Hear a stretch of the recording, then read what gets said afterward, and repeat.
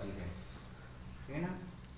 एक शब्द संख्यावाची और आदि शब्द अव्ययवाची, जिनका आदि एक है वे एकादि कहलाते हैं।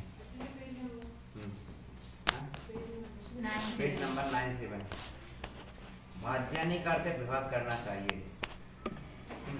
तात्पर्य है कि एक आत्मा में एक साथ एक ज्ञान से लेकर 4 ज्ञान तक हो सकते हैं। यदि एक ज्ञान होता है तो वह केवल ज्ञान होता है, उसके साथ दूसरे 6 उसमें ज्ञान एक साथ नहीं हो सकते। 2 होते हैं तो मति ज्ञान और श्रुति ज्ञान होते हैं, ठीक है ना। 3 होते हैं तो मति ज्ञान, श्रुति ज्ञान, अवधि ज्ञान, और या मति ज्ञान, श्रुति ज्ञान माना प्रज्ञान। 4 होते हैं तो मति, श्रुति और अवधि ज्ञान माना प्रज्ञान। एक साथ 5 ज्ञान नहीं होते क्योंकि केवल ज्ञान असहाय होता है, ठीक है ना। यहाँ एक साथ एक आत्मा में कम से कम कितने, चलो वैसे प्रारंभ करें। एकादीनि भाज्यानि युगपदे कस्मिन्ना चतुर्भ्या एकादीनि भाज्यानि युगपदे कस्मिन्ना चतुर्भ्या एकादीनि भाज्यानि युगपदे कस्मिन्ना चतुर्भ्या एकादीनि भाज्यानि युगपदे कस्मिन्ना चतुर्भ्या। एक आत्मा में एक साथ, एक आत्मा में एकस्मिन् आ, ठीक है ना, एकस्मिन् आ एकादीनि, एक को आदि लेकर के, ठीक है ना। एक शब्द क्या है, संख्यावाची, आदि शब्द अव्ययवाची है, जिनका आदि है, ठीक है ना। भाज्यानि विभाग करना चाहिए, युगपद एक साथ,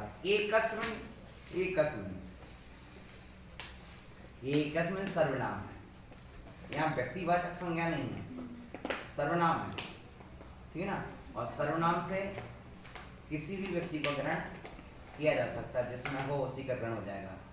तो ये एकस्मिन् क्या है, सर्वनाम है। एकस्मिन् क्या है, सर्वनाम। आपने कैसे जाना कि एकस्मिन् सर्वनाम है, क्योंकि इसमें प्रत्यय लगा है, और इसमें प्रत्यय, इसमें प्रत्यय, इस्मात् प्रत्यय जिसमें लगते हैं वो सर्वनाम में ही लगते हैं।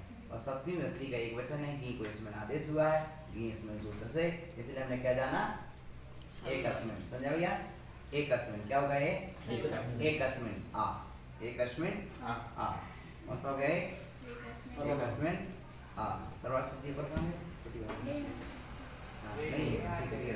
नहीं एकस्मिन्। तो अपन ने कैसे जाना कि एकस्मिन् सर्वनाम है, तो इसमें प्रत्यय लगा है, तो इसमें प्रत्यय जिसमें भी लगा हो वो सर्वनाम। सप्तमी में इसमें प्रत्यय आता है, चतुर्थी में इसमें ही आता है, पंचमी में इस्मात आता है, ठीक है ना। और ये प्रत्यय जहां भी मिल जाएंगे आप समझ जाएंगे सर्वनाम है। तो एकस्मिन् किसी एक में, एक आत्मा। अब को इसका कोई निर्धारण नहीं है किसमें होगा, व्यक्ति की चर्चा नहीं यहाँ पर की गई है। सर्वनाम कह देने से हजारों लाखों व्यक्ति बच जाते हैं, सबका ग्रहण हो जाता है, ठीक है ना।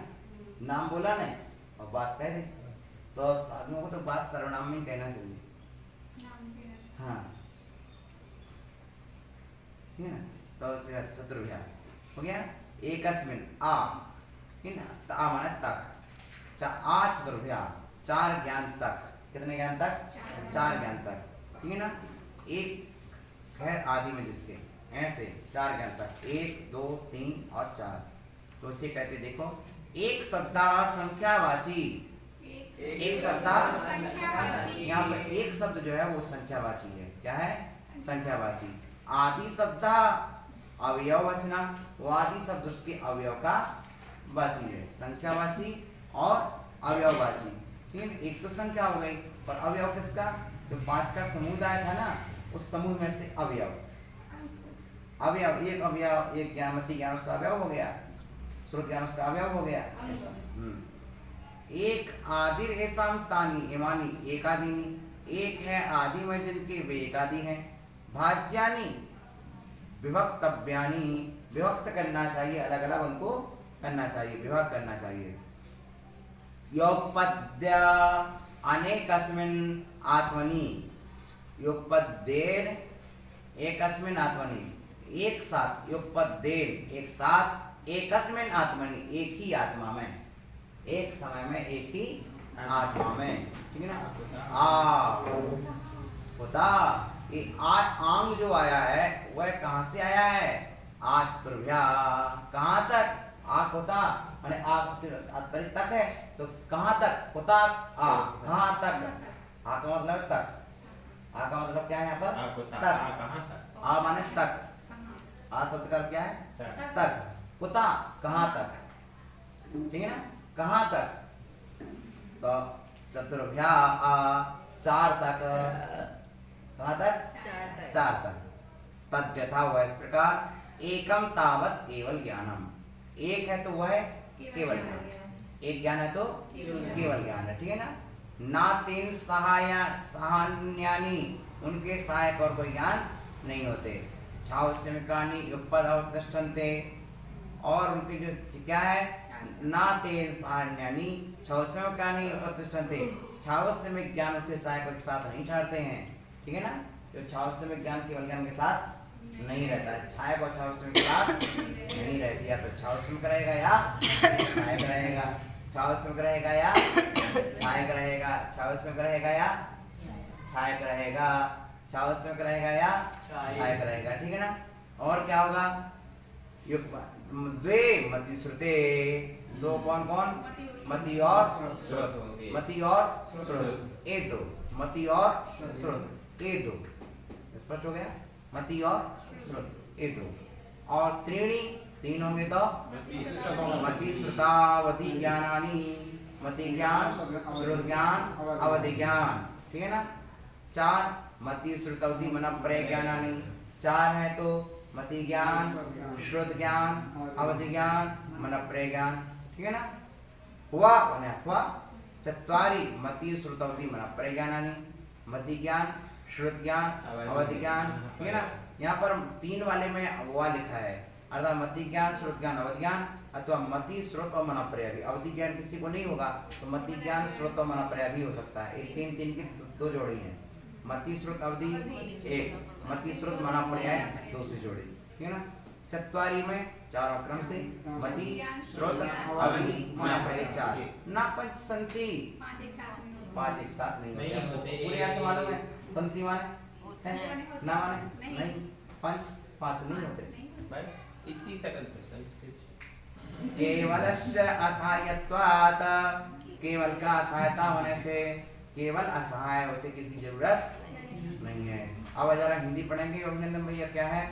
यहाँ एक साथ एक आत्मा में कम से कम और अधिक से अधिक कितने ज्ञान हो सकते हैं इस बात का कथन किया है। यह तो स्पष्ट है कि ज्ञान एक है अतः उसकी पर्याय भी एक काल में एक ही हो सकती है। एक काल में एक ही हो सकती है। फिर भी यहाँ एक आत्मा में एक साथ कई ज्ञान का निर्देश किया है सो उसका कारण अन्य है।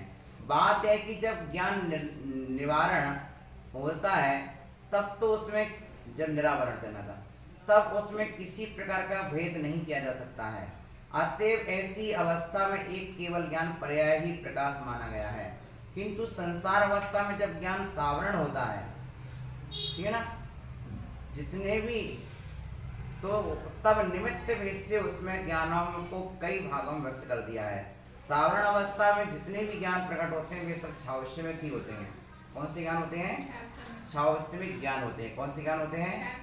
छावस्यमिक ज्ञान होते हैं। स्पष्ट हो गया? छावस्यमिक ज्ञान होते हैं और छावस्यमिक ज्ञान होने से छावस्यमिक एक साथ कई प्रकार हो सकता है। इसलिए सावरण अवस्था में 2, 3, 4 ज्ञान की सत्ता उत्पन्न मानी गई है। ठीक है ना? पर इसका अर्थ यह नहीं कि जब 2 ज्ञान, 3 ज्ञान, 4 ज्ञान की सत्ता रहती है तब वे सब ज्ञान उपयोग रूप हो सकते हैं। उपयोग तो एक काल में एक ही ज्ञान का होता है। ये बात समझ लेना, ठीक है ना? उपयोग तो एक काल में एक ही ज्ञान का होता है। अन्य ज्ञान उस समय लब्धि रूप से रहते हैं। इसलिए यदि एक ज्ञान को मति ज्ञान भी ग्रहण किया जाए तो इसमें कोई दोष नहीं है। मति ज्ञान तो सत ज्ञान उपयोग रूप में ही क्या रह सकता है भाई? हाँ, किसी ने सिर्फ मति को उत्पन्न किया, अवग्रह किया, श्रुत तक आए नहीं, वो मति तक ही पहुंचा और श्रुत को क्या अवग्रह किया, या किया, अवाय तक गए नहीं, धारणा वो तो आगे श्रुत क्या ही नहीं, उसमें मति तक सीमित रह गया। वो मति ज्ञान श्रुत ज्ञान, इसलिए ऐसा कोई क्षण नहीं ज्ञान की कोई उपयोगात्मक पर्याय प्रकट ना हो, ठीक है ना। उपयोग तो एक काल में एक का ही रहता, अन्य ज्ञान और संबंध लब्धि रूप से रहते हैं, ठीक है ना। उपयोग एक में रहेगा, शेष सप्ताह पड़े रहेंगे। ऐसा है कि ऐसा कोई क्षण नहीं जब ज्ञान की कोई उपयोगात्मक पर्याय प्रकट ना हो, कोई ना कोई उपयोग हो, चाहे असो उपयोग हो चाहे सो उपयोग हो, चाहे मिथ्या हो चाहे सम्यक हो, लेकिन ज्ञान किसी न किसी रूप में प्रकट रहेगा, ठीक है ना। इसलिए उसमें एक काल में उपयोगात्मक एक ही पर्याय का उदय रहता है। निरावरण अवस्था में मात्र केवल ज्ञान पर्याय का उदय रहता है, और सावरण अवस्था में प्रारंभिक 4 पर्यायों में से एक काल में किसी एक पर्याय का, एक काल में किसी चाहे मति ज्ञान हो या श्रुत ज्ञान, चाहे मन पर्याय कोई है। सावरण अवस्था प्रारंभिक 4 में एक काल पर्याय रहता है, फिर भी तब युगपत 2, 3, 4 ज्ञानों की सत्ता के मानने का कारण एकमात्र निमित्त भेद है, और कोई भेद नहीं है। जब मति श्रुत इन 2 पर्यायों के प्रकट होने का क्षोभसम विद्यमान रहता है, तब युगपत 2 ज्ञानों का सद्भाव कहा जाता है। जब क्या है, क्षोभसम दोनों का विद्यमान इसलिए कह दिया तो, लेकिन उनमें भी एक ज्ञान पहले होगा, पहले मति होगा बाद में ही श्रुत होगा, इसलिए क्या कहेगा। हाँ, जब मति श्रुत अवधि अथवा मति श्रुत या मन पर्याय 3 प्रयोग प्रकट होने का क्षोभसम विद्यमान रहता है, तब युगपत 3 को क्षोभसम की अपेक्षा बताया कि क्षोभसम 2 का है कि क्षोभसम 3 का है कि क्षोभसम 4 का है, ठीक है ना। और जब मति आदि 4 प्रकट होने का क्षोभसम होता है तो एक पर 4 ज्ञानों का क्षोभसम माना जाता है। यही कारण है कि प्रकट सूत्र में एक आत्मा में 2, 3, 4 ज्ञान, एक आत्मा में 1 अथवा 2 अथवा 3 अथवा 4 ज्ञान हो सकती है कहा है। ठीक है, ये बात पूरी हो गई आज की। इस तरह से आज का स्वाध्याय हमने देखा, शेष विषय को हम आगे देखेंगे। नमो ओरियंताणम, नमो सिद्धाणम, नमो आर्यण, नमो वज्रायण, नमो स्वापनार्थाध्याय निष्ठा